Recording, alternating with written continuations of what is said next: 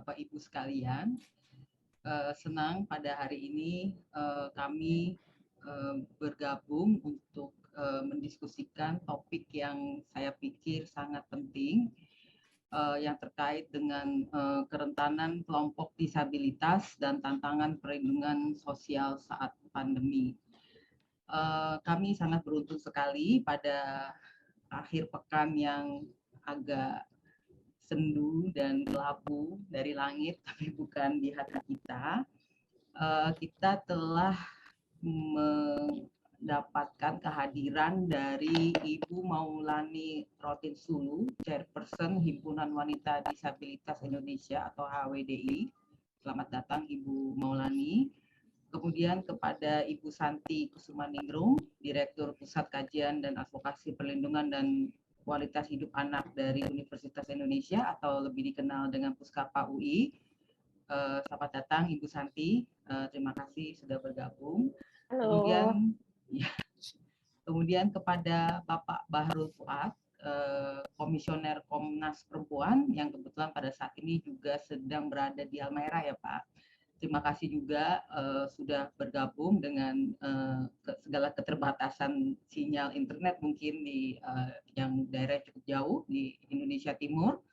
Kemudian kepada Ibu Eva Rahmi Kasim, Direktur Rehabilitasi Sosial Penyandang Disabilitas dari Kementerian Sosial.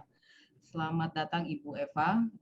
Kami bersyukur Ibu bisa bergabung di webinar yang mendiskusikan tentang kerentanan kelompok disabilitas dan tantangannya program pelindungan sosial di saat pandemi.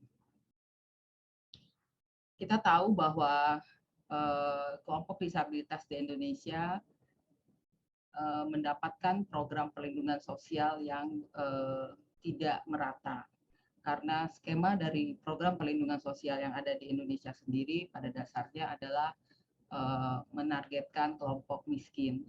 Jadi mereka kelompok pendapatan yang tidak hampir miskin, kemudian yang sedikit-sedikit jatuh miskin karena sakit atau karena goncangan ekonomi yang lain itu terjadi, mereka ini tidak mendapatkan atau kurang mendapatkan bantuan sosial. Kemudian juga kita tahu bahwa orang atau anak dengan disabilitas memerlukan perlindungan sosial, skema perlindungan sosial yang lebih komprehensif daripada kebanyakan kelompok orang normal atau yang lainnya di kelompok pendapatan. Dan ini menjadikan perlindungan baik itu perlindungan sosial yang kita kenal sebagai bantuan sosial maupun perlindungan yang lain seperti alat bantu dan kemudian juga aksesibilitas ke pasar tenaga kerja dan sebagainya sangat terbatas bagi mereka. Kita sekarang saat ini saya pikir narasumber yang ada pada pagi ini cukup mewakili diskusi yang saya pikir akan sangat komprehensif dan memperkaya pemahaman kita, kemudian juga informasi apa terbaru gitu ya dari ovennya lah gitu untuk membahas tentang perlindungan sosial dan juga kelompok kerentanan orang dengan dan anak dengan disabilitas. Mungkin secara makro ya tentang kelompok dan disabilitas ini saya mulai dari Mbak Santi tentunya sebagai peneliti dari Puskapa UI. Sebenarnya apa sih Mbak riset-riset terkini gitu dari Puskapa UI tentang situasi kelompok rentan selama pandemi, terutama kelompok disabilitas, dan mungkin kalau bisa disebutkan juga kelompok anak disabilitas juga lebih baik begitu. Kemudian bagaimana dampaknya terhadap ketimpangan yang sudah dialami kelompok rentan ini bahkan sebelum ada pandemi COVID ini. Silahkan Mbak Santi, waktu dan tempat kami persilahkan. Terima kasih Kak Ratna, terima kasih juga, teman-teman yang sudah gabung, karena katanya nih mereka muda-muda nih Rat ya, udah nggak Oh, seumuran, di bawah kita jauh. Jadi, saya mau memudahkan diri dengan, kita saling panggil Kak aja kali ya. Jadi tadi ada Kak sengaja Lani, saya sengaja manggil ibu supaya saya kelihatan muda. ada Kak Bu Eva, ada Kak Cakfu. Oke, makasih, Kak Ratna pertanyaannya, teman-teman selamat hari Sabtu dan selamat diskusi di hari Sabtu. Jadi pertama, karena pertanyaannya riset apa yang dilakukan Puskapa untuk isu disabilitas, maka saya harus mengakui bahwa Puskapa sendiri sebetulnya belum pernah punya satu riset khusus tentang disabilitas, Kak Ratna. Tetapi kami mengarusutamakan kacamata atau lensa untuk selalu mempertimbangkan data dari termasuk pemilahan berdasarkan abilitas. Jadi sebisa mungkin kami selalu melakukan itu. Eh, Berdasarkan itu kami punya, khususnya terkait pandemi, kami punya beberapa bahan kajian dan studi. Salah satunya itu di tahun 2020, di awal-awal masa pandemi, kami bersama-sama dengan Bappenas dan juga teman-teman seperti UNICEF dan sebuah program kerjasama bernama Kompak, itu mencoba untuk semacam mengupas dari data yang ada, karena di bulan-bulan awal pandemi, semua orang tentunya itu pertama kali semua orang mengalami situasi seperti itu, data juga belum banyak, jadi waktu itu yang kami tawarkan adalah jangan sampai karena keterbatasan data, kita semakin menyisihkan teman-teman atau komunitas atau populasi yang bahkan sebelum pandemi pun sebetulnya sudah lumayan tersisih dari bacaan data itu sendiri. Dan itu kami namakan kajiannya berkejaran dengan waktu, yang intinya ada 3 hal. Pertama, kami menawarkan kepada pemerintah dan para pengambil kebijakan terkait respons pandemi untuk menimbang atau mempertimbangkan bentuk-bentuk kerentanan lain yang tidak hanya baru akibat pandemi, tapi juga dilipat gandakan oleh pandemi. Dan nanti kita bisa lebih mengupas ini, tapi sebetulnya kalau teman-teman di ruangan ini menilik lagi ke belakang, terminologi kerentanan itu juga relatif baru dalam bahasa kebijakan. Kita sudah terlalu lama hanya mengenal ada kemiskinan, ada ketimpangan, ada kekerasan, ada diskriminasi, dan buat kami di Puskapa, justru kerentanan itu ada di irisan antara kemiskinan, ketimpangan, risiko mengalami kekerasan, risiko mengalami diskriminasi, dan berbagai ancaman eksternal termasuk dari hal-hal seperti pandemi atau perubahan iklim nantinya yang Indonesia makin lama makin harus bisa atasi. Jadi posisi pertamanya itu tolong pertimbangkan bentuk kerentanan lain, baik yang baru maupun yang selama ini terkubur alias tersembunyi di balik data yang besar. Yang kedua, kami menawarkan sejumlah kerangka berpikir untuk memahami sebetulnya kerentanan itu apa. Nanti kalau Kak Ratna ingin saya jelaskan lebih lanjut, saya akan bersedia menjelaskannya apa sebetulnya kerangka berpikir tentang kerentanan yang kami tawarkan di Puskapa. Dan yang terakhir sebetulnya untuk lebih kritis terhadap data yang kita punya. Jadi pertama, kalau kita melihat data yang selama ini pemerintah punya, misalnya Susenas atau Sakernas, bisakah kita mengupas lapisan-lapisan kerentanan itu berdasarkan kerangka berpikir yang tadi saya sebutkan? Lalu yang kedua, mari kita investasi lebih untuk memperbanyak berbagai studi tematik agar kita bisa lebih memahami situasi kelompok rentan termasuk teman-teman dengan disabilitas. Jadi itu mungkin sebagai pengawal Kak Ratna, jadi ada teman-teman bisa langsung unduh di website Puskapa, ada berkejaran dengan waktu, tapi juga kami punya beberapa kajian lanjutan, misalnya kami menyadari bahwa meskipun vaksinasi gratis, meskipun vaksinasi COVID-19 bisa diakses semua orang secara teori, tetapi akan selalu ada orang yang tersisih, dan teman-teman dengan disabilitas adalah salah satu kelompok yang terancam tersisih dari mengakses vaksinasi COVID-19, dan itu kami punya semacam kertas kebijakan bagaimana seharusnya pemerintah mengatasi hal tersebut. Gitu Kak Ratna.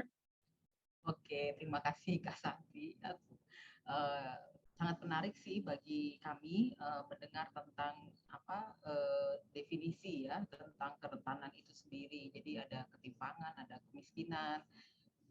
Seperti kita ketahui bersama kalau perlindungan sosial pasti beranjak dari beranjak dari konsep tentang ketimpangan, kemudian juga kemiskinan gitu ya. Sebenarnya sangat menarik juga tadi dikatakan tentang data.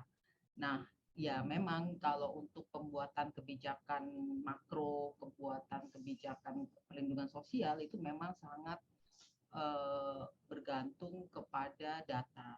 Jadi kita tahu bahwa sistem perlindungan sosial di Indonesia sangat bergantung kepada penentuan tingkat kekayaan rumah tangga.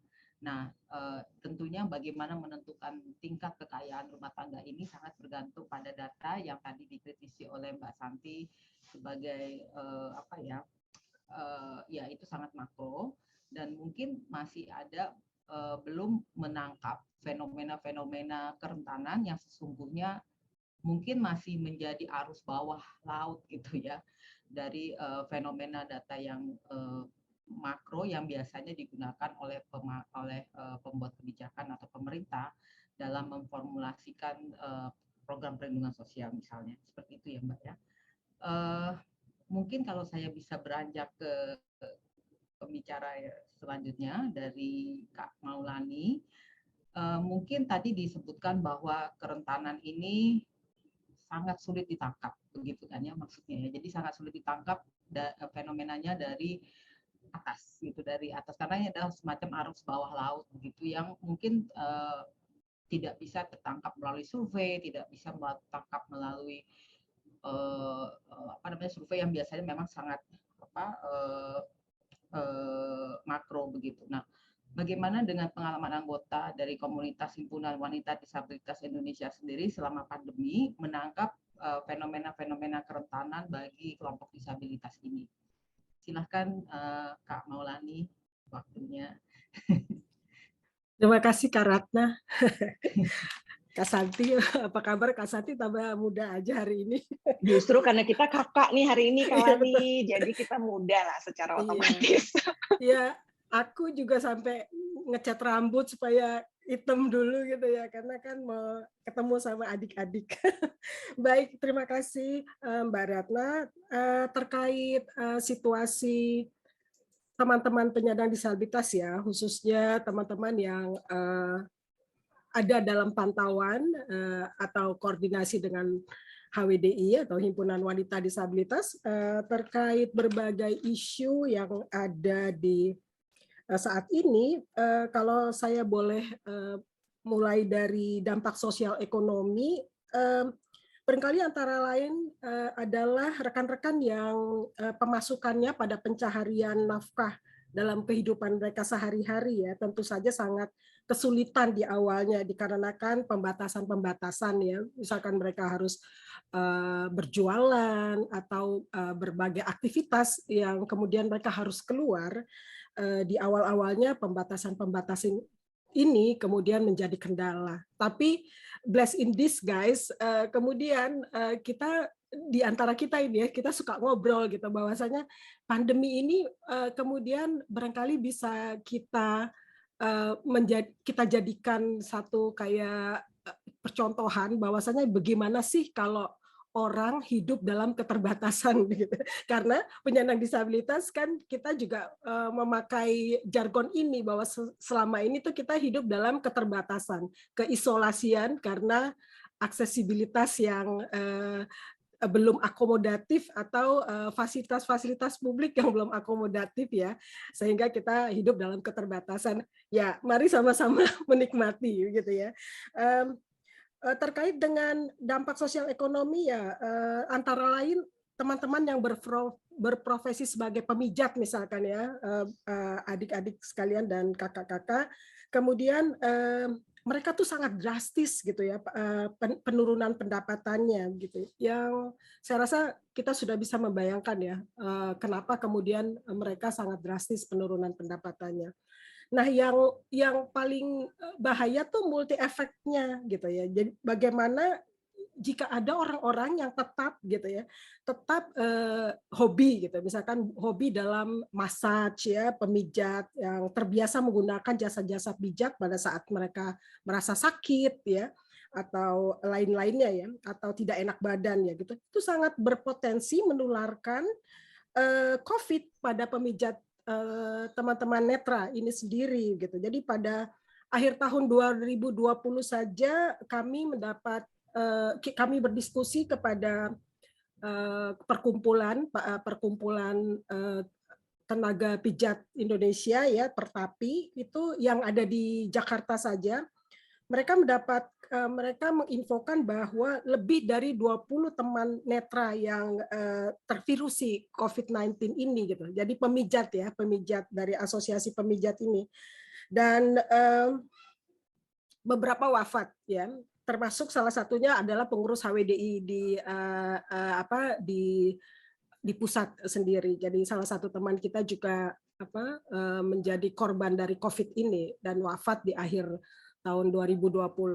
Nah, jadi saya pikir itu kalau kita mau melihat dari dampak sosial ekonomi straight to kepada kemudian dampak lainnya ya, dampak kesehatan dan lain-lain. Dan kemudian untuk akses layanan kesehatan, saya mau coba memberikan informasi aja langsung misalkan kepada khususnya layanan vaksinasi gitu ya. Barangkali kalau di Jakarta, di kota-kota besar cukup terfasilitasi ketika kemudian upaya-upaya vaksinasi digelontorkan begitu.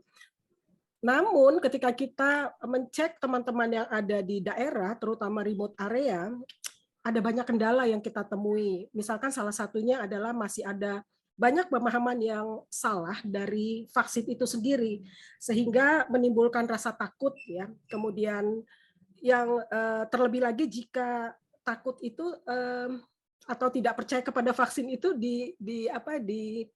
diyakini oleh keluarga, sehingga walaupun si penyandang disabilitas mau divaksin begitu, kemudian keluarga menghalang-halangi terkait itu. Lalu yang kedua adalah lokasi-lokasi sentra vaksin ya yang tidak aksesibel. Tapi kemudian pada waktu 3 bulan pemerintah mempromosikan vaksin disabilitas dengan vaksin Sinovac, itu berbagai cara ditemukan ya oleh para petugas lapangan, termasuk teman-teman HWDI yang terlibat di dalam upaya percepatan mengumpulkan data penyandang disabilitas ya, karena kemudian sebenarnya ada data tapi kemudian susah dicari atau tidak sesuai dengan data dan keberadaan atau alamat. Nah, kemudian itu banyak sekali teman-teman organisasi penyandang disabilitas yang kemudian turun ke lapangan membantu percepatan vaksinasi dengan Sinovac ini. Nah, selanjutnya adalah kendala yang ketiga yang kita lihat adalah lemahnya akses terhadap perawatan kesehatan secara rutin dari penyandang disabilitas itu sendiri. Artinya kalau saya mau flashback kepada pelayanan, bahwasanya memang tidak ada informasi perawatan kesehatan terkait dengan ragam disabilitas itu sendiri. Sehingga si penyandang disabilitas ini tidak bisa mengkomunikasikan kondisi kesehatan dia yang terkait dengan disabilitasnya gitu ya. Dan kemudian penyakit penyerta apa yang bisa menjadi pemicu ya yang biasa kita dikatakan comorbid itu sendiri. Pada saat mereka screening kesehatan, apalagi yang severely disability ya, yang teman-teman disabilitas berat gitu ya. Saya rasa kemudian ini juga menjadi salah satu kendala ketika pelaksanaan vaksinasi tersebut. Nah, kemudian yang terakhir adalah di dalam vaksinasi ini yang kita dapati adalah kemudian ada kendala pada hak-hak sipil si penyandang disabilitas. Jadi masih banyak teman-teman penyandang disabilitas yang tidak terdaftarkan sebagai warga negara, sehingga kemudian ketika vaksinasi ini syaratnya adalah harus punya NIK, kemudian mereka tidak terakses gitu, mereka tidak terjangkau oleh layanan vaksinasi ini. Dan ini juga banyak terjadi, masih gitu ya, masih banyak terjadi di panti-panti, walaupun kemudian sebenarnya panti mempunyai otoritas gitu loh untuk membuat kartu keluarga bersama gitu ya, untuk membuat kartu keluarga bersama di dalam panti agar kemudian penghuni panti yang kemudian barangkali penghuni panti ini adalah orang-orang yang terlantar ya, yang terlantar yang diakomodir di panti. Kemudian mereka perlu mendapatkan NIK. Ini kami mendapatkan ini ketika kami berupaya untuk masuk ke panti-panti non pemerintah ya. Jadi kalau panti pemerintah kayaknya sudah keurus masalah-masalah itu, tapi panti-panti non pemerintah ini masih sedikit terbengkalai terkait dengan status hak sipil mereka. Itu kira-kira kalau bicara tentang kesehatan ya, akses fasilitas kesehatan di masa COVID ini. Kemudian kalau dari aspek tadi sosial ekonomi yang ditanyakan, jaminan perlindungan sosial ya. Kalau jaminan perlindungan sosial ini seperti yang disampaikan Mbak Ratna kali tadi ya, maksudnya ada garis abu-abu dengan kelompok rentan gitu ya dan kelompok miskin begitu. Nah, yang ingin kita tekankan di sini, saya tidak akan bicara tentang fasilitas perlindungan sosialnya apa, nanti barangkali Ibu Eva yang lebih tahu ya, lebih banyak mengetahui tentang hal ini. Tapi yang sedang diperjuangkan oleh masyarakat disabilitas saat ini adalah kemudian mereka menjadi dalam kategori miskin gitu atau rentan karena kemudian memang akses terhadap pembangunan, program-program pembangunan yang digelontorkan pemerintah maupun pemerintah daerah tidak dapat dijangkau oleh masyarakat disabilitas. Saya pikir itu untuk sementara, Mbak Ratna. Terima kasih. Ya, terima kasih Kak Maulani. Tadi sebenarnya dari pernyataan Kak Santi, Kak Maulani, tepat nih sekarang langsung kepada Kak Eva, Bu Eva dari Kementerian Sosial ya, tentang program, mungkin saya langsung bisa menanyakan tentang program perlindungan sosial, begitu ya. Karena memang kita tahu bahwa pandemi ini memang berdampak kepada pemutusan hubungan kerja, kemudian juga tadi sudah disebutkan pembatasan mobilitas membuat ekonomi tidak bisa bergerak dan banyak kehilangan pekerjaan dan terutama bagi kelompok disabilitas. Nah, Kak Eva dari Direktur Kementerian Sosial, bagaimana sebenarnya skema perlindungan sosial untuk kelompok rentan disabilitas ini ya? Kita tahu bahwa pemerintah telah menaikkan jumlah penerima PKH dan di dalam penargetan PKH memang ada penargetan khusus kepada kelompok disabilitas. Tapi mungkin dan kemudian juga ada program BST atau bantuan sosial tunai, kemudian juga ada program bantuan langsung tunai dana desa.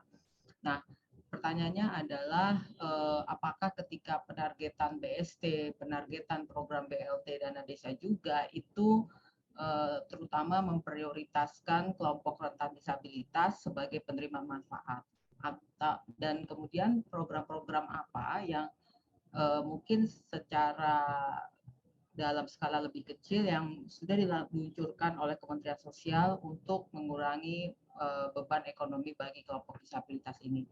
Silahkan Kak Eva, waktu dan tempatnya kami persilahkan. Selamat siang sekali lagi, Kak Ratna, Kak Santi, Kak Lani. Saya biasanya panggil tante sama Kak Lani. Sekarang jadi kakak.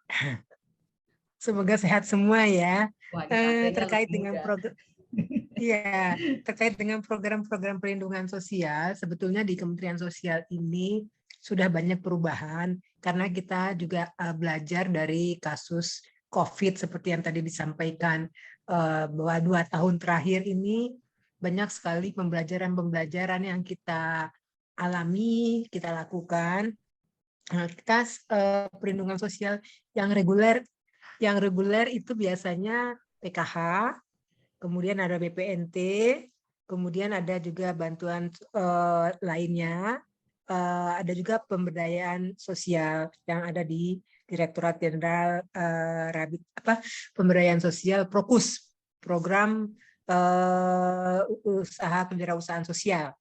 Nah, terkait dengan terjadinya pandemi ini, kita sudah merasakan dan melihat bahwa ada program-program perlindungan yang karena semenjak awal pandemi dinyatakan sebagai bencana, itu ada program kedaruratan.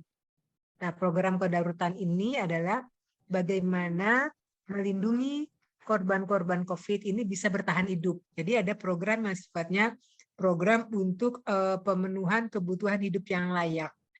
Ini dalam bentuk bantuan-bantuan sembako dan bantuan-bantuan alat kesehatan, juga bantuan-bantuan terkait dengan kebutuhan hidup sehari-hari itu selama 2 tahun pertama. Nah, selain itu, dengan berjalannya waktu, kita juga ada upaya-upaya program pemulihan ekonomi ya. Nah, dalam program pemulihan ekonomi ini lebih masuk lagi program-program yang sifatnya pemberdayaan. Program-program yang sifatnya pada pemulihan ekonomi. Nah, kemudian juga ada lagi program-program yang terkait dengan bagaimana membuat dia lebih tangguh lagi menghadapi kondisi-kondisi yang ada. Nah, mungkin untuk penyandang disabilitas saya sampaikan, selain tadi ada program yang sifatnya PKH inklusi, di Direktorat Jenderal Rehabilitasi Sosial ada program atensi. Jadi atensi ini adalah layanan terintegrasi yang berbasiskan keluarga, berbasiskan komunitas, berbasiskan residensial, dan dimaksudkan untuk membantu para penyandang disabilitas, keluarganya, dan juga kelompok untuk bisa menolong dirinya sendiri, untuk bisa beraktivitas dan berpartisipasi, dan juga bisa menjalankan fungsi-fungsi sosialnya. Nah, layanan yang diberikan ini ada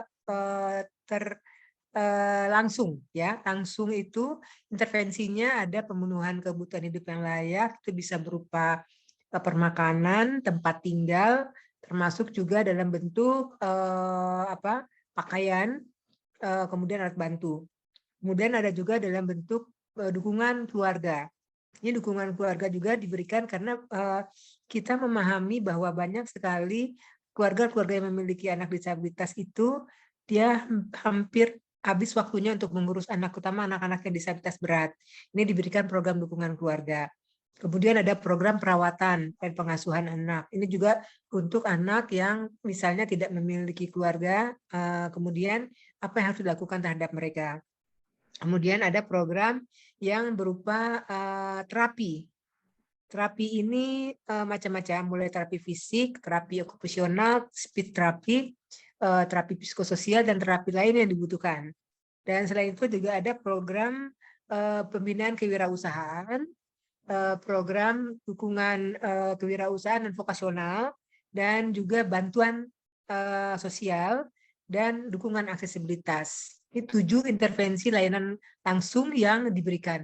Nah, dari sisi kebijakan, kami juga melakukan upaya perbaikan yang disebut dengan perbaikan data.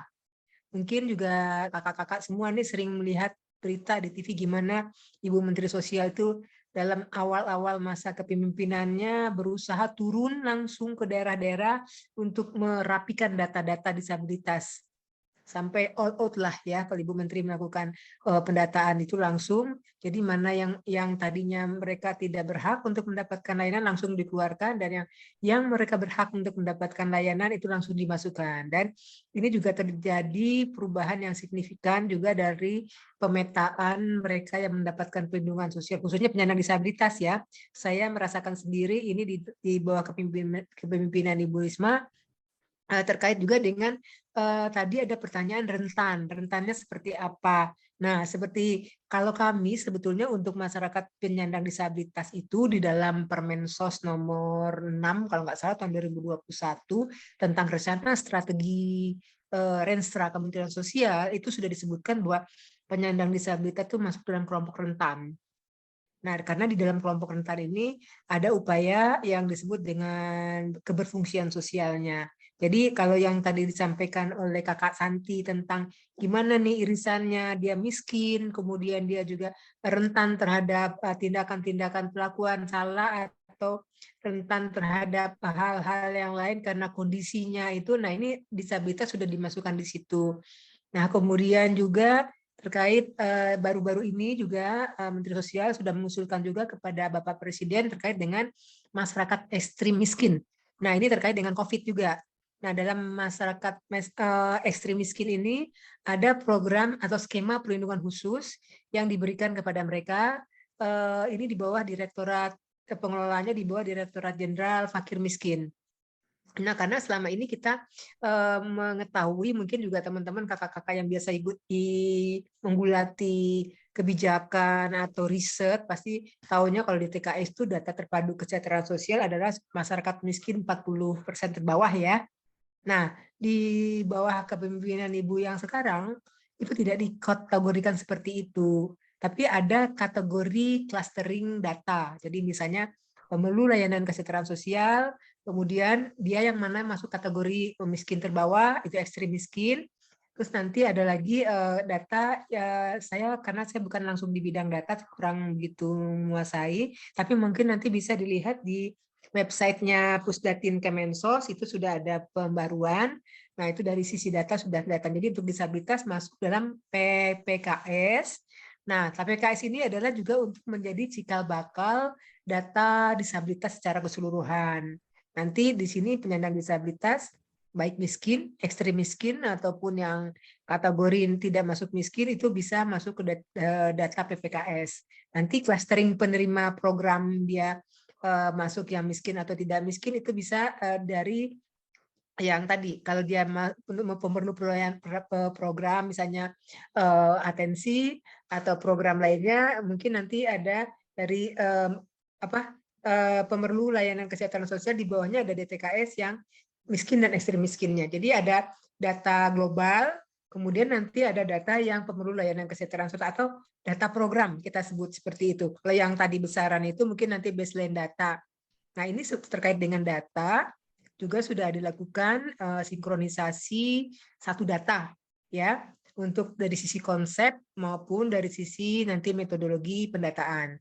Dari sisi konsep kita itu sudah koordinasikan dengan BPS, dengan Dukcapil, juga dengan Bappenas, bahwa nanti tahun 2000, bahkan sekarang sudah berjalan ya, karena waktu tahun 2021 itu ada sensus lanjutan atau long form untuk penyandang disabilitas, itu sudah berlanjut sampai nanti tahun 2022, itu menggunakan konsep yang sama. Jadi konsep yang ada di Washington Group dengan kategori gangguan fungsional dan kategori ragam disabilitas menurut Undang-Undang 8 tahun 2016. Jadi satu data. Kemudian juga terkait dengan program pemulihan ekonomi. Nah, untuk program pemulihan ekonomi di bawah Kementerian Sosial juga kita berupaya untuk melakukan pemberdayaan para penyandang disabilitas melalui restrukturisasi fungsi-fungsi balai yang ada di Kementerian Sosial. Jadi balai-balai yang tadinya memberikan layanan sifatnya spesifik dan terbatas, sekarang lebih bersifat multifungsi dan penjangkauannya lebih luas. Jadi misalnya tadinya balai anak hanya melayani anak, sekarang melayani disabilitas. Jadi memperluas akses bagi para pemerlu layanan kesehatan sosial untuk bisa mendapatkan layanan. Kemudian contoh yang lain adalah dari sisi alat bantu. Alat bantu yang tadinya sifatnya sama, mungkin general atau standar, sekarang dengan pendekatan atensi kita melakukan asesmen sesuai dengan kebutuhan. Dan ini juga melibatkan multiprofesi, termasuk di situ terapis, dokter anak, dokter rehab medik, dokter yang ortopedi, sehingga alat bantu yang diberikan itu sesuai dengan kebutuhan. Jumlahnya pun meningkat. Kalau mungkin tahun 2020 hanya ratusan, ya untuk tahun 2021 atas instruksi Menteri Sosial kita sudah menyediakan sampai ribuan alat bantu, termasuk jenis dan kualitasnya juga meningkat. Ya. Kemudian juga program lainnya adalah bagaimana mengakseskan teman-teman penyandang disabilitas untuk mendapatkan layanan perbankan. Kita sudah bekerja sama juga dengan Himbara, di mana tadinya penyandang disabilitas itu tidak memiliki akses ya untuk atau sulit untuk mendapatkan akses inklusi keuangan. Sekarang penerima layanan itu mereka adalah masuk dalam kategori mereka sudah mulai mendapatkan kartu perbankan ya, jadi mereka sudah akses juga ke perbankan. Nah, untuk atensi, sentra kreasi atensi, di sini penyandang disabilitas diberikan ruang untuk bisa berusaha, kemudian mengeksplor kemampuannya untuk wirausaha, kemudian memasarkannya sekaligus juga di situ tidak hanya untuk penyandang disabilitas, tapi semacam social enterprise ya untuk penyandang disabilitas. Jadi mungkin Kak Santi, Kak Ratna, Mbak Maulani mungkin sudah pernah lihat juga, bisa nanti mengunjungi sentra-sentra kreasi yang ada di Pangudi Luhur di Bekasi, atau ada di Temanggung, atau ada di Solo, atau ada di Pasar Rebo. Itu juga silahkan nanti bisa dilihat di sana terkait dengan pemulihan ekonomi. Nah, terkait dengan kesehatan, memang seperti disampaikan Kak Maulani tadi, sebenarnya isu kesehatan ini adalah vaksinasi adalah tugasnya Kementerian Kesehatan. Tapi mengingat ini penyandang disabilitas adalah rentan terhadap penularan virus, akhir Maret Menteri Sosial bersurat kepada Menteri Kesehatan supaya penyandang disabilitas menjadi salah satu prioritas penerima vaksin selain lansia. Nah, oleh karena itu ini menjadi penyadaran bagi Kementerian Kesehatan sehingga masuklah itu di dalam surat edaran Menteri Kesehatan bahwa selain lansia juga penyandang disabilitas menjadi salah satu target penerima vaksin yang utama, prioritas ya. Nah, persoalannya tadi juga disampaikan Bu Maulani, memang data menjadi kendala karena untuk kita melakukan vaksin harus menunjukkan NIK. Sementara banyak masyarakat rentan itu tidak memiliki NIK atau identitas kependudukan. Nah, akhirnya kami yang membantu Kementerian Kesehatan untuk bisa menyampaikan data bekerja sama dengan Kementerian Dalam Negeri, dalam hal ini Dukcapil, untuk berkoordinasi dengan Dinas Sosial seluruh Indonesia dan Dukcapil dan mensupport Kementerian Kesehatan dalam pemberian data. Tidak hanya itu, kami juga memberikan pendampingan karena banyak juga penyandang disabilitas yang takut atau tidak mau divaksin karena ada macam persepsi tentang vaksin. Kemudian juga ada upaya pendampingan kepada mereka dengan menjemput bola atau menyediakan sentra-sentra vaksin di balai-balai Kementerian Sosial. Itu yang kita lakukan. Kemudian selain itu juga melakukan tentunya kerjasama dengan LKS atau badan-badan usaha yang melaksanakan vaksin. Jadi kita membantu mereka termasuk penyediaan sarana dan prasarana seperti transportasi. Kemudian juga ada yang kemarin di Majalengka sama Cirebon itu mendatangkan petugas vaksin ke rumah-rumah mereka. Seperti itu. Itu terkait dengan upaya vaksin. Kemudian hal lain lagi yang perlu disampaikan adalah bahwa sebetulnya upaya Kementerian Sosial mendorong hal ini terkait dengan sudah masuknya juga tadi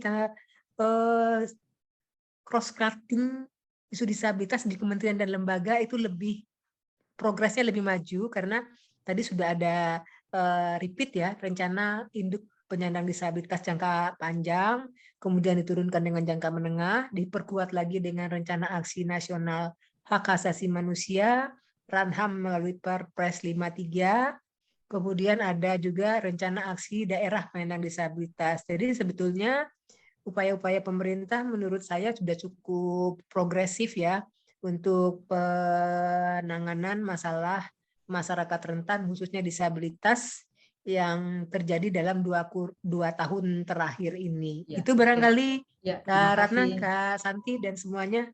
Ya, terima kasih. Nanti kita sambung lagi. Ya, terima kasih Kak Eva atas penjelasannya yang panjang lebar tentang kebijakan pemerintah di Kementerian Sosial terkait dengan program disabilitas. Cuma short comment dari saya pribadi, misalnya yang penerima bantuan bagi kelompok rentan disabilitas ini masih juga ya dikategorikan miskin dan tidak miskin ya. Maksud saya orang yang dengan disabilitas pastinya sudah tidak akan bisa melakukan kegiatan ekonomi secara aktif dan pasti 90% saya yakin mereka dalam keadaan miskin. Jadi Mungkin koreksi karena bukan miskin dan miskin. Tadi kan saya sudah sampaikan yang tadinya awalnya DTKS itu berbasiskan miskin dan tidak miskin, sekarang sudah berbasiskan pemerlu pelayanan kesejahteraan sosial. Jadi sudah lebih luas maknanya, tidak hanya miskin dan miskin. Oke. Terima kasih Bu Eva, Kak Eva atas penjelasannya.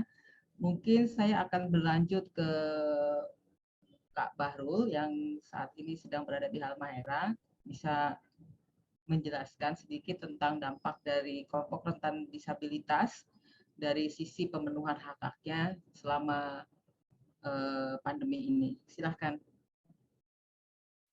Baik, terima kasih. Selamat siang Mbak Ratna dan juga Mbak Santi dan teman-teman sekalian.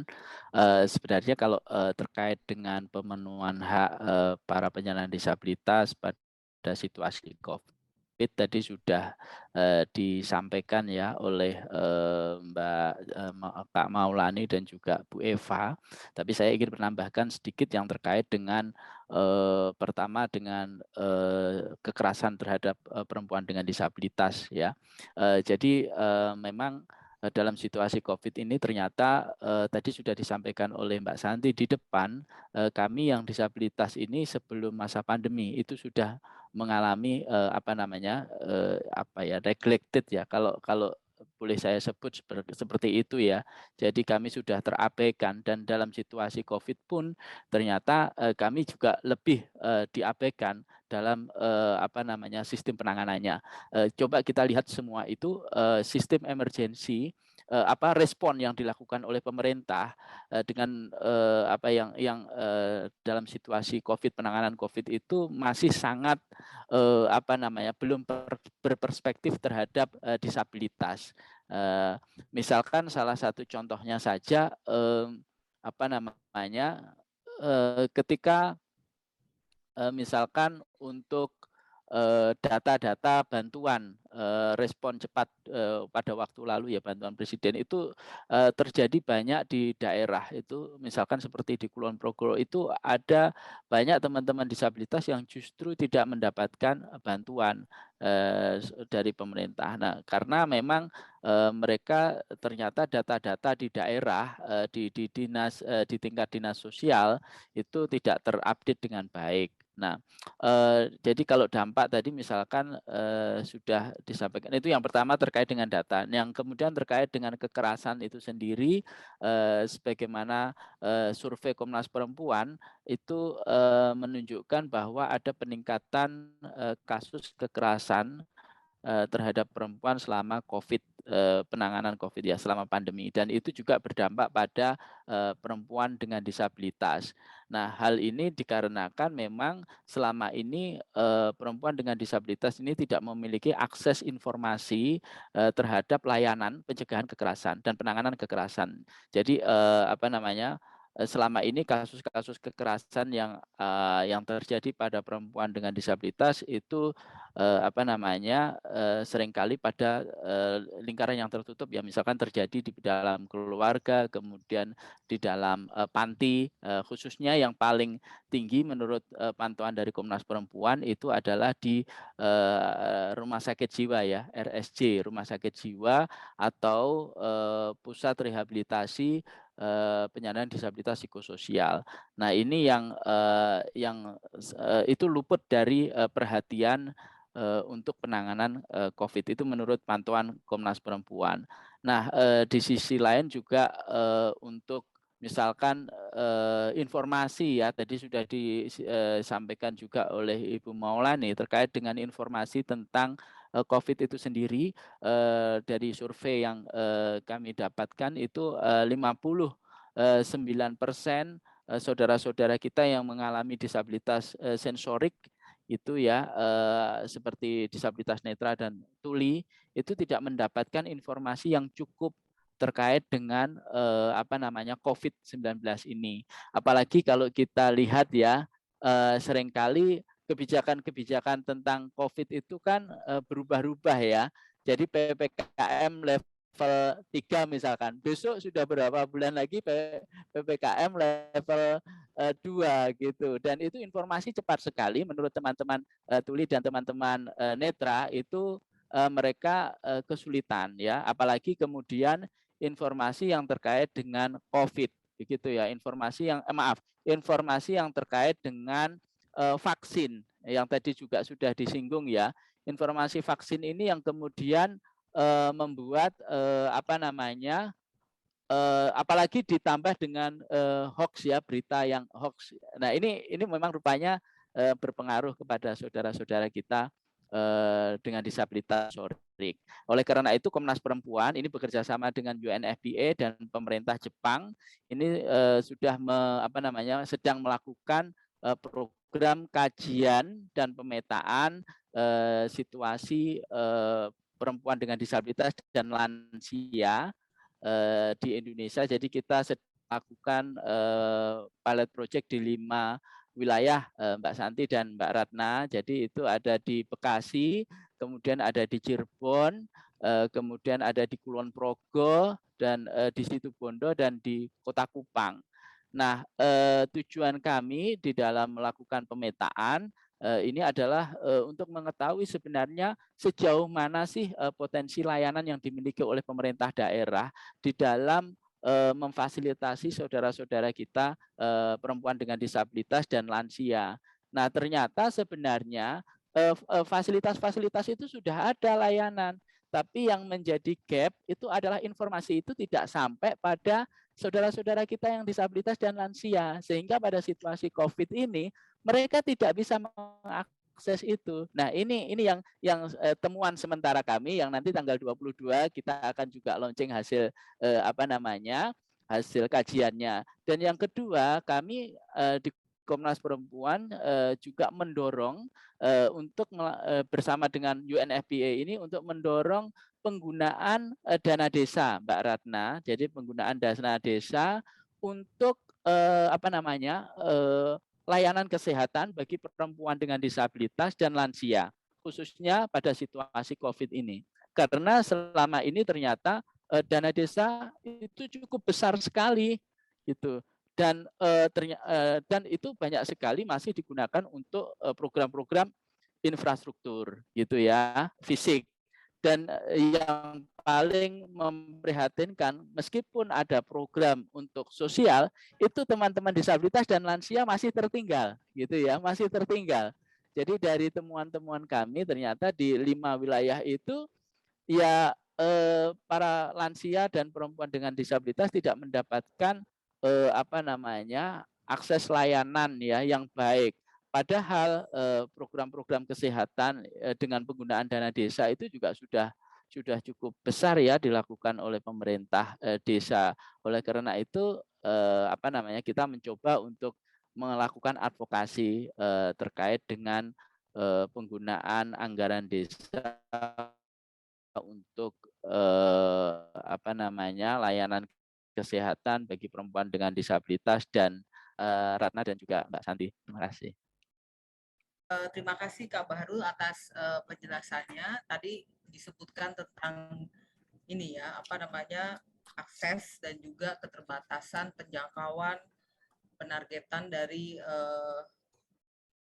program perlindungan sosial ataupun apapun yang untuk menambahkan manfaat bagi kelompok rentan disabilitas itu juga sulit ya, karena mungkin mereka juga mau mendaftarkan diri atau bagaimana keluarganya mendaftarkan, mungkin juga informasinya sangat terbatas dan prosedurnya tidak jelas begitu ya. Jadi mereka tidak bisa mengakses layanan yang sejogjanya sudah disediakan secara baik begitu ya oleh pemerintah. Menarik juga tadi terkait tentang dana desa. Ya, kita tahu bahwa setiap desa sekarang rata-rata mendapatkan kira-kira sekitar 1 miliar ya untuk perbaikan pelayanan di tingkat desa. tentunya sangat menarik tuh kalau nanti ada hasil studinya juga Kak Bahru untuk kita sama-sama mendengarkan dari fenomena terbaru dari lapangan bagaimana tentang penggunaan dana desa itu juga sangat penting. Saya akan berlanjut kepada sesi tanya jawab begitu karena kami sudah menerima beberapa pertanyaan dari peserta hari ini yang masuk. Pertama, saya akan menanyakan ini kepada semua panelis dari Christian Brian Marcelino. Pertanyaannya begini, banyak orang dari disabilitas memiliki minat di suatu bidang, tapi takut untuk menekuninya karena resiko tidak bisa dapat hidup layak dari minatnya tersebut. Apa upaya yang bisa dilakukan pemerintah untuk memberikan safety net kepada kaum tersebut? Contohnya, Tono adalah murid IT. Dia punya minat di bidang seni, tapi karena keluarganya cukup, dia takut untuk menekuni minatnya karena dihantui oleh resiko jika ia gagal, ia belum tentu bisa hidup yang layak. Mungkin saya lempar dulu pertanyaannya kepada seluruh panelis pada hari ini, atau mungkin ya secara sukarela begitu siapa yang akan menjawab pertanyaan ini ya. Gitu. Silahkan mungkin ke Kak Santi. Usul Cak Fu dulu karena Cak Fu yang punya pengalaman langsung, pengalaman personal ya Cak Fu mengembangkan minat diri Cak Fu dan sampai jadi komisioner di Komnas Perempuan. Nanti saya sambung sedikit. Saya ada beberapa gagasan juga. Silakan Cak Fu. Ya silakan.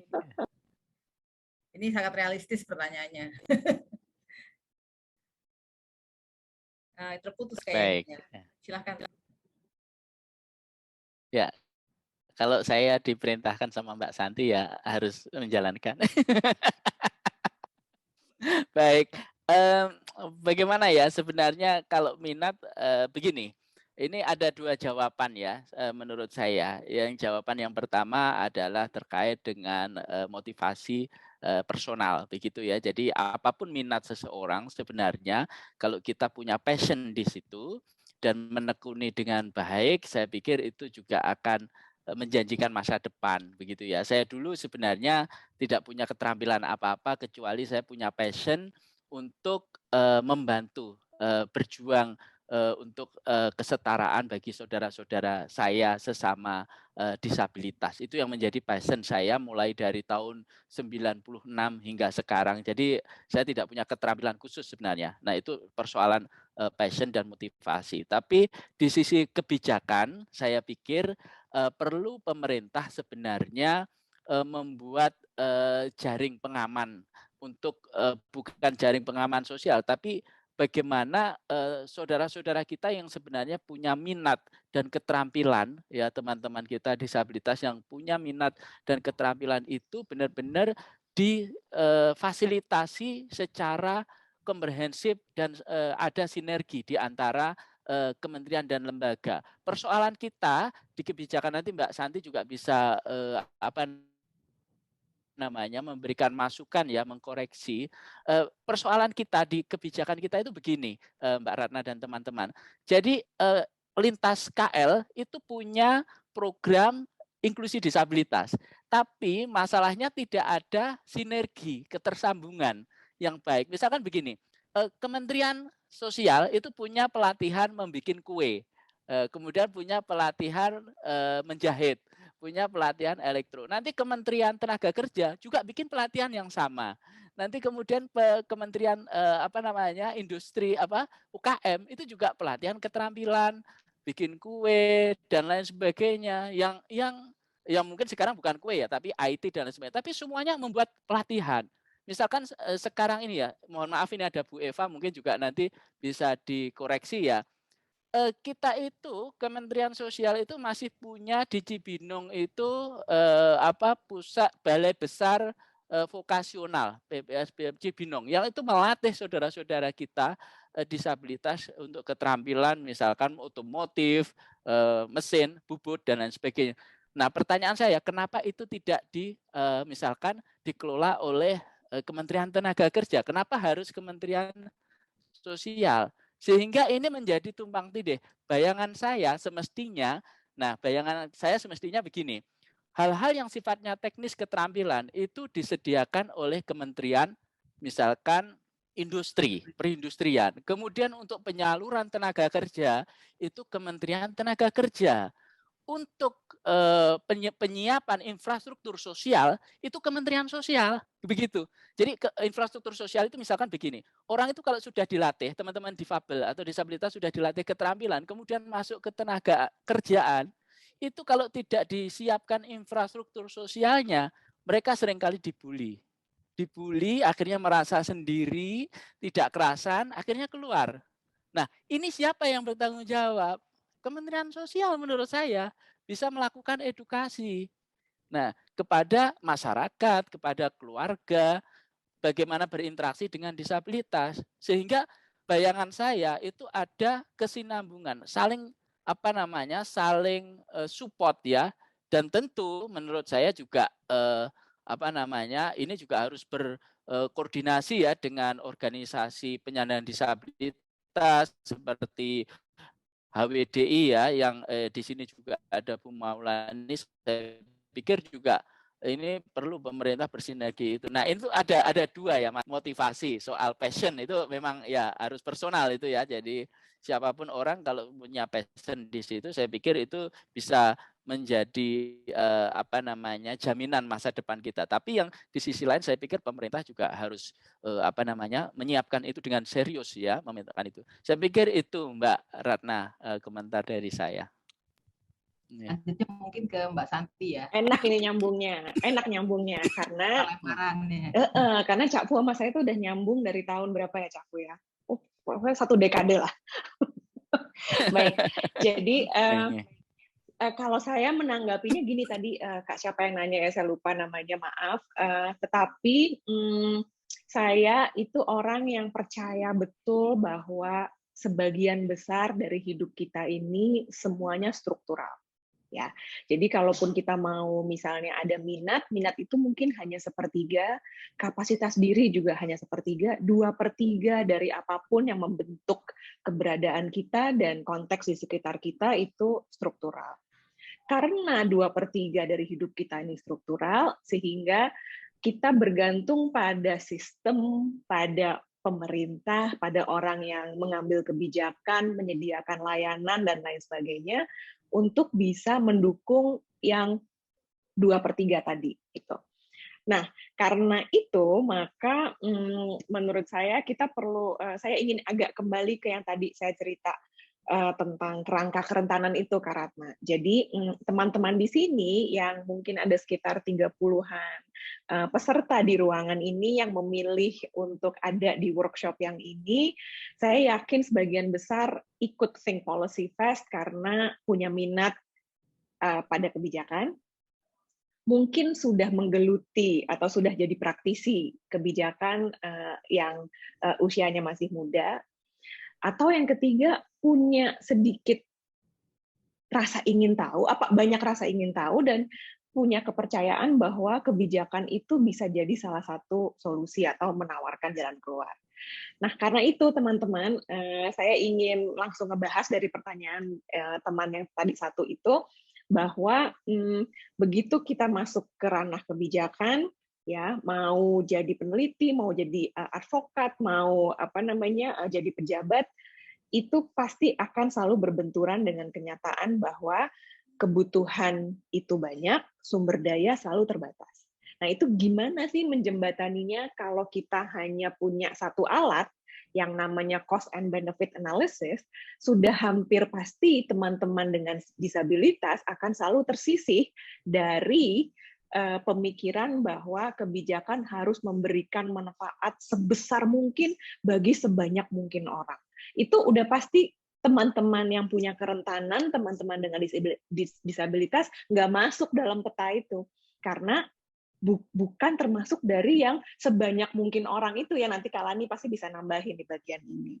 Nah, oleh karena itu, lensanya nggak bisa cuma satu. ada yang berikut lagi yang ada lensa hak asasi manusia, ada lensa fairness, justice ya, keadilan, kapan sesuatu itu fair atau tidak. Nah, saya mau menawarkan sebuah kerangka berpikir karena mengurai yang kompleks itu buat saya pengalaman pribadi jauh lebih gampang kalau kita punya lensa atau kerangka berpikir. Jadi bayangkan bahwa kerentanan itu teman-teman terjadi di dalam 3 lapis. Ini tawaran saya. Lapisan pertama adalah orang, individu, warga, baik anak-anak maupun dewasa, menjadi rentan karena tidak punya akses. Dan tidak punya akses itu biasanya dekat dengan kemiskinan, keterpencilan, dan imobilitas. Jadi tidak punya daya gerak yang banyak atau sebanyak orang lain di sekitar dia. Ya. Dan di lapisan kedua ada orang menjadi rentan meskipun dia punya akses, tapi orang menjadi rentan ketika layanan yang dia akses itu tidak bisa merespon kebutuhan khususnya. Ya, tadi Cak Fu udah banyak banget kasih contoh soal itu.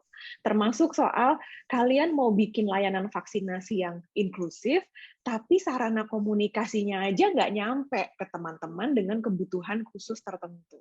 Gitu. Jadi orang menjadi rentan di lapisan kedua karena layanan yang dia ingin akses tidak responsif pada kebutuhan dia. Dan ini kaitannya dengan kualitas tata kelola layanan publik. Jatuhnya pemerintah juga. Pusat, daerah, desa. Oke, anggaplah Indonesia udah nggak punya masalah, semua orang sejahtera, semua layanan rata kualitasnya. Ya, mimpi kita nih Kak Lani ya. Tapi ada kerentanan di lapis ketiga, teman-teman. Ketika meskipun yang di atas-atas sudah baik, ada diskriminasi, ada persekusi terhadap warga tertentu karena identitas sosialnya. Karena kita nggak suka lihat orang dari agama yang berbeda, apakah ras, etnis, abilitas, gender, itu ada di lapisan yang ketiga. Setiap warga yang rentan bisa jadi mengalami lebih dari satu lapisan kerentanan. Cuman teman-teman, ketika teman-teman nanti dihadapkan dengan pilihan, bagaimana saya harus berargumen sementara sumber daya selalu terbatas, bagaimana bisa menyuarakan kepentingan teman-teman yang rentan, maka selalu pertimbangkan bahwa data itu, ketersediaan bukti, semakin lapisannya ke atas, semakin tersedia secara populasi. Contohnya, ya, Susenas saja sekarang sudah bisa kasih kita semacam temperatur cek situasi kemiskinan, situasi disabilitas sejak Susenas 2016. Itu bahkan sudah mencakup juga data disabilitas. Tapi semakin lapisan kerentanan ke dalam, maka data semakin anekdotal. Apakah dengan begitu data itu tidak penting? Belum tentu. Jadi kembangkan terus juga kemampuan teman-teman untuk memahami data, menggunakan data, memaknai data, karena kita harus juga berpihak pada teman-teman yang mengalami kerentanannya di bawah, nggak akan kita pernah nemu data yang sifatnya populasi, yang biasanya diminta pemerintah untuk bisa berapa jumlahnya. Berapa kebutuhannya itu sulit ya, tapi kalau kita mau coba memaknai data yang lebih anekdotal di bawah, itu kita bisa juga menyuarakan kepentingan teman-teman dengan kerentanan yang semakin mendalam atau semakin istilahnya mendasar tersebut. Nah, ini sekali lagi kaitannya, begitu kita memahami, oh ada lapisan ini, sumber daya selalu terbatas, jadi juga pahami rentetannya. Rentetannya adalah udah jelas kalau begitu perlindungan sosial nggak cukup sebatas bantuan tunai. Itu udah pasti. Kak Lani tadi bicara gitu, Bu Eva ngomong begitu, Kak Cak Fu juga ngomong begitu. Jadi kalau buat saya, pesan untuk teman-teman yang nanti ingin berkecimpung atau sudah berkecimpung di kebijakan, ketika membicarakan social protection, ketika membicarakan perlindungan sosial, ingat selalu bahwa kita butuh orang. Kita butuh pendamping, kita butuh pekerja sosial, kita butuh tenaga kesejahteraan sosial yang profesional. Karena tanpa itu, teman-teman yang butuh diantar ke sebuah layanan tidak akan terbantu. Keluarga yang butuh dukungan pengasuhan tidak akan terbantu. Karena ingat, kerentanan itu berbagai dimensinya, berbagai lapisannya. Jadi nggak cukup hanya dengan bantuan tunai, itu pun kita selalu bisa perdebatkan cukup atau enggak ya besaran segitu gitu. Jadi Indonesia perlu investasi pada pengembangan pendamping pekerja sosial profesional yang banyak jumlahnya, bagus kualitasnya, dan etis dalam melayani kebutuhan kelompok rentan. Indonesia butuh data yang lebih terpadu, tadi Cak Fu udah sering sebutkan, Kak Lani juga. Dan dengan begitu, maka kita tidak hanya membantu teman rentan untuk bertahan hidup, tapi supaya mereka bisa bertumbuh kembang secara lebih optimal. Gitu, Kak Ratna. Terima kasih. Terima kasih, Mbak Santi, atas informasinya. Saya masih akan melanjutkan pertanyaan dari yang ketiga ya. Ada pertanyaan begini dari Edmund Patricius. Apakah saat ini sudah ada mekanisme pendataan, ini related dengan pernyataan barusan, dengan mekanisme pendataan penduduk disabilitas yang mendata disabilitasnya sejak masih bayi, sehingga perkembangannya bisa selalu dipantau dan kebutuhannya bisa selalu dijamin oleh pemerintah atau dijamin juga oleh organisasi non-pemerintah. Mungkin kepada Mbak Santi juga, kepada Kak Eva juga, kepada Kak Maulani juga, yang Pak Bahrul juga, apakah memang pernah ada begitu skema pemberian bantuan yang dari non pemerintah ya? Mungkin kalau yang dari pemerintah tadi Ibu Eva sudah sebutkan kurang lebihnya. Mungkin dari yang non pemerintah ini, bagaimana misalnya mengakses data orang dengan disabilitas, anak dengan disabilitas misalnya, apakah mudah begitu bagi organisasi non pemerintah mendapatkan data-data tersebut begitu, karena pastinya mereka juga banyak ya kayak apa CSR, dana CSR mungkin yang ingin menjangkau apa namanya kerentanan dengan disabilitas ini, ingin mengetahui mereka berada di lokasi mana saja misalnya. Apakah memang ada semacam satu data yang bisa digunakan misalnya dari Kementerian Sosial, atau memang ada semacam mainstreaming begitu, di Kementerian Sosial ada, di Kementerian Desa ada, atau ada di kementerian mana lagi begitu. Mungkin ya mungkin mulai dari Mbak Santi aja kali ya. Oke, maaf tadi lagi ngetik jawaban buat Amanda, tapi nggak apa-apa. Jadi sekalian aja kali ya, Amanda juga sekalian menjawab. Jadi kalau pertanyaannya adalah bisakah organisasi kemasyarakatan mengakses data by name by address untuk teman-teman dengan disabilitas? Ini susah-susah gampang jawabnya, karena gini, kalau kita begitu pemerintah itu judulnya data by name by address, yang diperlukan itu berbagai perjanjian kerjasama untuk bisa mengakses. Tapi teman-teman organisasi penyandang disabilitas seperti Kak Lani, nanti Kak Lani bisa cerita, punya data juga. Data keanggotaan, data jangkauan ya Kak Lani ya. Jadi data warga dengan disabilitas yang dijangkau oleh program teman-teman OPD sendiri. Hanya saya mungkin mau gini Kak Ratna juga. Jadi pertama, data itu selalu ada sebetulnya. Jadi kalau kita mau data estimasi, itu bisa mulai lihat Susenas. Sejak 2016, kita punya cukup estimasi terkait dengan disabilitas seluruh Indonesia. Meskipun tentunya data estimasi seperti ini sulit untuk diturunkan lewat dari kabupaten. Kalau udah lewat dari kabupaten, udah nggak bisa lagi, sampel size-nya nggak cukup ya Karatna, gitu. Tapi itu hanya bisa ngasih tahu teman-teman, kira-kira di daerah ini ada berapa sih warga dengan disabilitas dan kira-kira jenis disabilitasnya apa. Tapi kalau mau by name by address, maka menurut saya tadi, hubungi kerjasama dengan teman-teman OPD seperti Kak Lani. Tapi sebetulnya idealnya Indonesia itu punya yang namanya data dasar yang lengkap dan akurat. Data dasar ini adalah data yang dikumpulkan oleh Otoritas Administrasi Kependudukan alias Adminduk yang mencatat warga sejak lahir dan sepanjang hidupnya, serta berbagai peristiwa penting yang menyertainya, termasuk mungkin kondisi disabilitasnya bila sejak lahir. Dan juga jangan lupa disabilitas bisa terjadi akibat kecelakaan atau sakit ketika sepanjang kita hidup, dan juga karena kita bertambah usia. Itu juga mungkin terjadi. Jadi itu pun menurut saya sebuah pertimbangan yang perlu dipikirkan ketika teman-teman ingin mengaksesnya data. Nah, data dasar tadi terkait dengan pertanyaan Amanda sekalian, menurut saya NIK sebagai persyaratan vaksinasi itu gini, NIK adalah hak. Semua warga berhak dicatat sejak dia ada, sejak dia lahir, sejak dia ada di Indonesia. Dan NIK adalah salah satu perwujudan pencatatan tersebut. Yang menjadi masalah adalah ketika NIK dipersyaratkan untuk orang bisa mengakses layanan publik, padahal layanan juga adalah hak, sementara belum semua orang punya NIK. Jadi menurut saya ketemu di tengah deh. Kita tahu data itu perlu, pemerintah perlu segera membuat semua orang di Indonesia punya NIK. Oleh karena itu, layanan seperti vaksinasi COVID-19 harus kerjasama.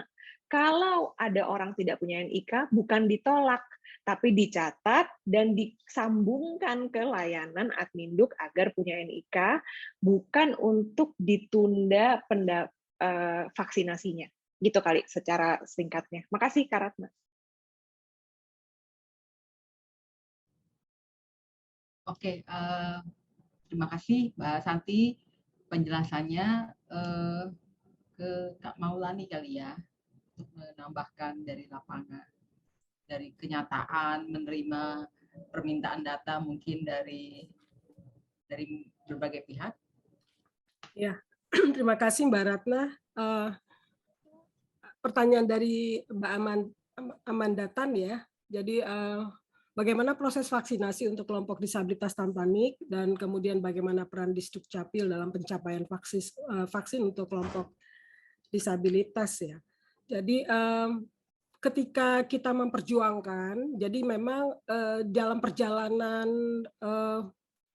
percepatan vaksin untuk penyandang disabilitas 3 bulan yang lalu ya, yang digunakan itu adalah vaksin Sinovac.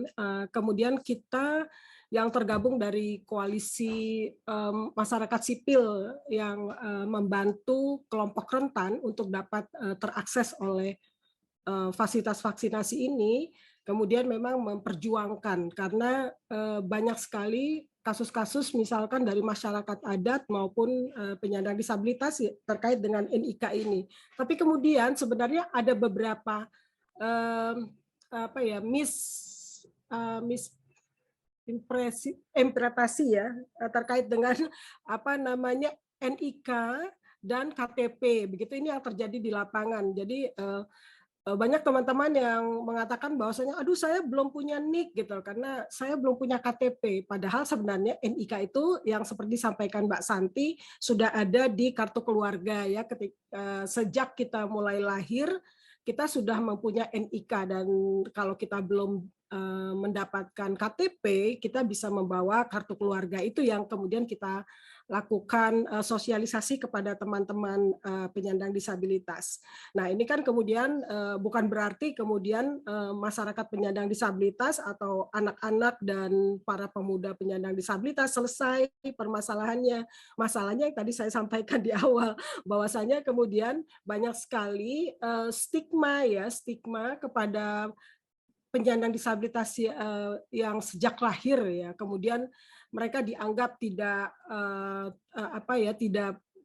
membutuhkan hal-hal terkait dengan hak-hak sipil mereka, sehingga kemudian keluarga lalai untuk mengurus hak-hak sipil mereka.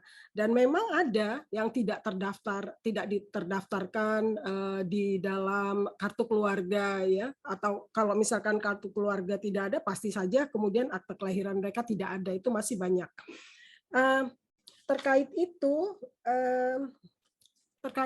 oleh karena kita kemudian kan menghimbau nih permasalahannya kan surat edaran ini ada di pusat gitu. Tapi kemudian bagaimana nih prakteknya di daerah-daerah. Nah, kita ngobrol dengan 10 kota. Baru-baru ini memang HWDI juga melakukan assessment pada 10 kota.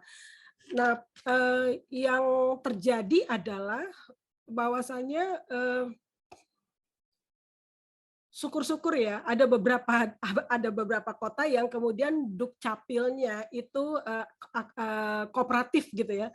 Kalau dipanggil dadakan tuh datang gitu ya, mau juga gitu. Kemudian ketika kita mendapatkan beberapa teman-teman disabilitas yang ingin divaksin, mereka tidak punya kartu identitas sama sekali, itu mereka mau gitu ya. Tapi kan kemudian masalahnya kalau misalkan cuma 1 atau 2 gitu ya kan, 1 atau 2 ini juga menjadi permasalahan gitu. Nah, pada saat itu memang walaupun SE sudah di tangan, kita masih banyak harus berargumentasi gitu ya, berjuang gitu di tempat, di sentra-sentra itu kita harus berjuang untuk meyakinkan, karena surat edaran ini tidak semua daerah memahami tentang keberadaan surat edaran ini, dan memang surat edaran ini ada sedikit kelemahan ya, tidak diatur bagaimana prosedurnya kalau misalkan ditemukan masyarakat rentan yang tidak punya NIK, bagaimana harusnya begitu. Jadi kemudian meraba-rabalah di antara kita sendiri gitu ya, kemudian bagaimana prosesnya. Nah, ada juga dinas kesehatan yang kemudian sangat proaktif, kemudian memperjuangkan itu ke Dukcapil. Oke, saya catat dulu deh, yang penting vaksin pertama ini mereka bisa terima gitu ya kan, dicatat dan kemudian ini disetorkan setelah itu ke Dukcapil, dan di dalam 21 hari misalkan gitu ya, Sinovac itu kan 21 hari harus jadi gitu, harus keluar NIK-nya gitu. Ya, jadi banyak sekali upaya-upaya yang dilakukan modifikasi-modifikasi yang dibuat oleh pemerintah daerah, dan kami bersyukur juga gitu loh, ada teman-teman di tingkat daerah itu, dinas Dukcapil dan dinas kesehatan terus mau gitu loh mengambil resiko gitu ya. Juga kepolisian pada waktu itu kita di Jawa Barat ya, salah satu daerah di Jawa Barat itu kemudian memang sempat berargumen keras gitu, karena di sana ada 15 orang yang nggak punya NIK, dan kemudian kita harus bikin surat pernyataan ini, pernyataan itu, dan lain-lain. Nah itu kira-kira tantangan, walaupun kita sudah punya kebijakan, tapi tantangan di lapangan itu sangat tinggi begitu. Ya. Apalagi misalkan ada salah satu yang kemarin kita juga konsultatif meeting dengan daerah-daerah, dinas-dinas kesehatan, mereka kadang-kadang kemudian mereka mau nih memberikan layanan vaksin dengan baik gitu ya, tapi mereka tidak bisa mengidentifikasi bagaimana mereka merencanakan pelayanan itu, karena mereka tidak mengerti siapa saja sih sebenarnya penyandang disabilitas itu gitu ya kan.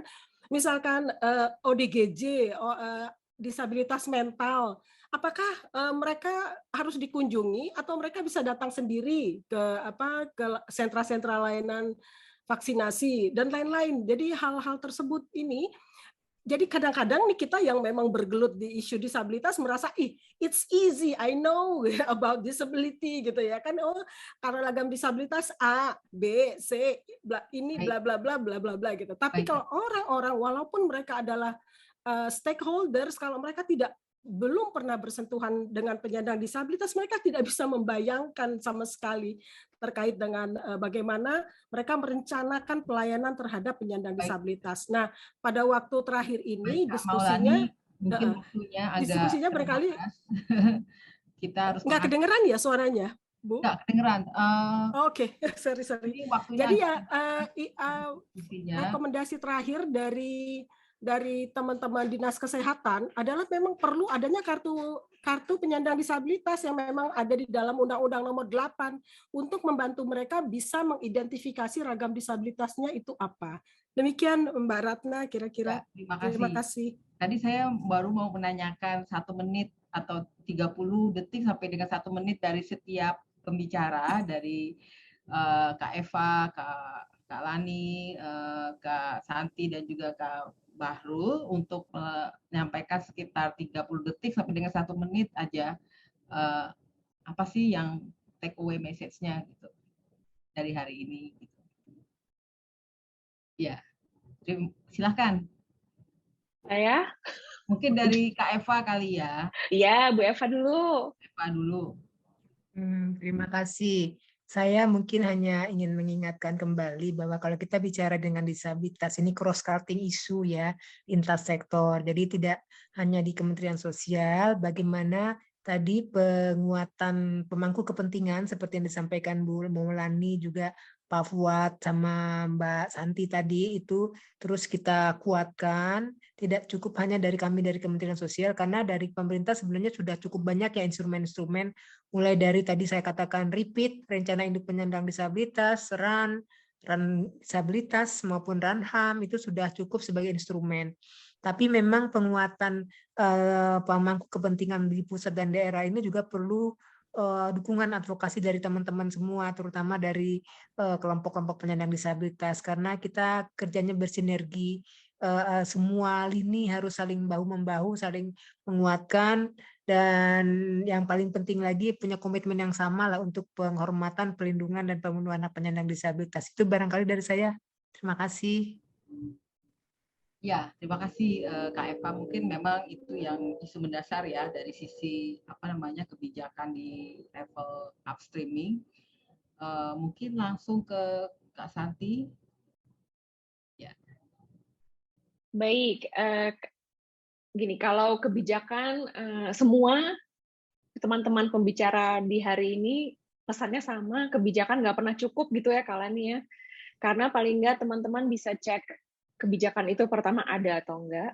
Kalau ada, bagus atau enggak dalam artian inklusif atau enggak terhadap kebutuhan teman-teman kelompok rentan dan teman-teman disabilitas salah satunya.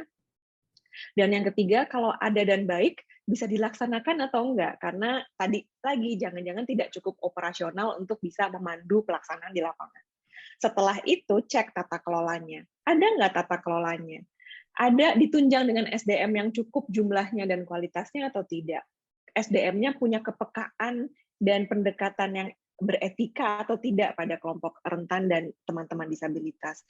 Ditunjang dengan anggaran yang cukup atau enggak, ini bagiannya Mbak Ratna nih kerjaannya untuk ngitungin duit anggaran pemerintah.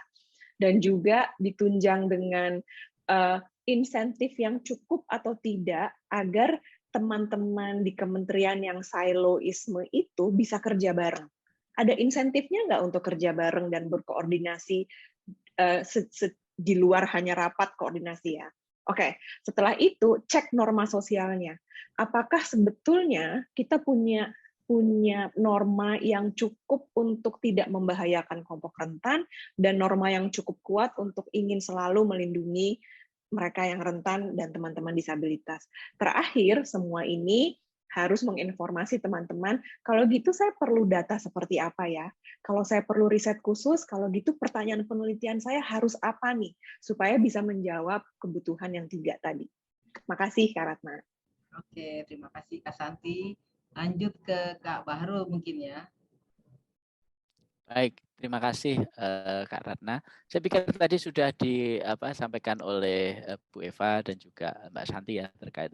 Tapi saya hanya ingin menggarisbawahi bahwa kebijakan itu akan menjadi baik apabila ada partisipasi aktif dari para kelompok rentan. Jadi itu menjadi kata kunci yang ingin saya sampaikan.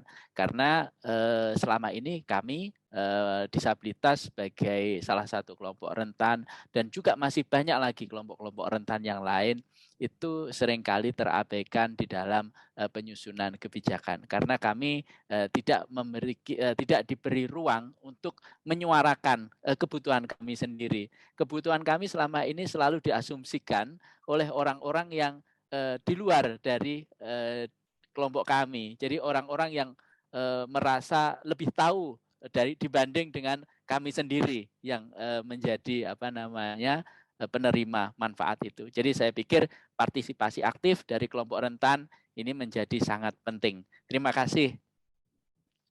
Oke, sangat menarik Kak Bahrul, agak memberikan perspektif yang berbeda. Sekarang terakhir ke Kak Lani, silakan. Ya, terima kasih Mbak Ratna. Setuju sekali apa yang disampaikan Mas Bahrul. Dengan cara pertama adalah kemudian memahami perspektif disabilitas itu sendiri, karena kemudian perspektif disabilitas ini saya bicara tentang kelompok disabilitas khususnya ya. Jadi karena ini kan apa ya, paradigma baru gitu ya kan, pendekatan-pendekatan baru, bahkan merubah mindset gitu ya. Ini kan yang paling tantangannya sangat berat gitu. Kemudian kita harus merubah mindset, melihat bagaimana kita memperlakukan atau menyetarakan penyandang disabilitas berdasarkan hak-haknya. Oleh karena itu, salah satu rekomendasi saya adalah kemudian ngobrol sama penyandang disabilitasnya. Kalau Mas Bahrul bilang partisipasi penuh, ngobrol sama penyandang disabilitasnya, kemudian belajar bagaimana sih berinteraksi dengan penyandang disabilitas itu sendiri gitu ya. Serendah apapun kondisi kehidupan sosial ekonominya, serendah apapun pendidikannya, mereka adalah orang-orang yang paling tahu kebutuhan mereka dan bagaimana cara memenuhi ya kebutuhan mereka, sehingga tentu saja ya harus berbicara kepada pihak-pihak profesional ya, dan profesional bisa membungkus itu dalam norma-norma keprofesionalan mereka, tapi dengarkan mereka sebagai bagian dari expert mereka sendiri. Demikian Mbak Ratna, terima kasih. Ya, terima kasih Kak Lani. Kesimpulannya dan take away message-nya ya. Saya tidak akan menyimpulkan dari tiap pembicara. Saya pikir semua sudah memberikan semacam pesan yang konkret dan juga sangat relevan untuk peserta pada hari ini dan juga kepada saya sendiri yang mungkin sehari-harinya tidak banyak bergelut dengan isu disabilitas, tapi lebih kepada perlindungan sosial. Ini juga sangat memberikan pembelajaran bagi saya. Saya pikir begitu, kami akan tutup acara pada siang hari ini. Mungkin akan saya serahkan selanjutnya kepada Kak Cindy ya sebagai MC ya atau host dari acara pada Sabtu siang ini.